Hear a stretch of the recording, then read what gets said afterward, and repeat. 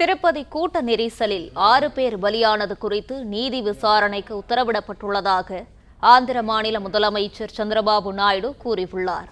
இதுகுறித்த கூடுதல் தகவல்களை தருகிறார் செய்தியாளர் பாலாஜி. வணக்கம் பாலாஜி, கூடுதல் விவரங்கள் என்ன? பதிவு பண்ணல.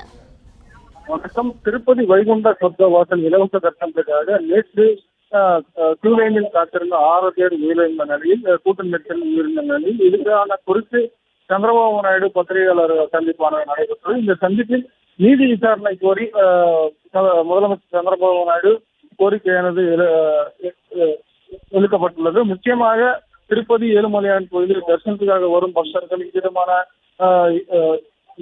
சிரமத்தை உள்ளாகுவது என்னால் தாங்க முடியவில்லை என்றும், இந்த சம்பவம் குறித்து முக்கிய காரணமான டிஎஸ்பி ரமணகுமாரை மற்றும் தேவஸ்தான ஊழியரான ஹரிநாதை உடனடியாக சஸ்பெண்ட் செய்வதாகவும், மேலும் 3 பேரை பணியிடம் நீக்கம் பணிமாற்றம் செய்வதாக முதலமைச்சர் சந்திரபாபு நாயுடு கூறியுள்ளார். முக்கியமாக இறந்தவர்களுக்கு 25,000 ரூபாய் இழப்பீடாக வழங்க வேண்டும் எனவும், மேலும் அவர்களுக்கு ஒப்பந்த ஊழியராக பணி ஆங்காங்கே தமிழகத்தை இறந்தவர்களுக்கு தமிழகத்திலையும், ஆந்திராவை இறந்தவர்களுக்கு ஆந்திராவிலையும் கொடுக்க வேண்டும் என தேவஸ்தான அதிகாரிகளுக்கு உத்தரவானது விடுக்கப்பட்டுள்ளது. முக்கியமாக இதுக்கான நீதி விசாரணை கோரி இந்த முதலமைச்சர் சந்திரபாபு நாயுடு உத்தரவிட்டுள்ளார். இந்த சம்பவம் குறித்து மேலும் விசாரணையானது தொடர்ந்து நடைபெறும் எனவும், எந்த ஒரு இந்த சம்பவம் குறித்து எந்த ஒரு தகவல் வந்தாலும் உடனடியாக இது குறித்து நடவடிக்கையானது எடுக்கப்படும் என முதலமைச்சர் தெரிவித்துள்ளார்.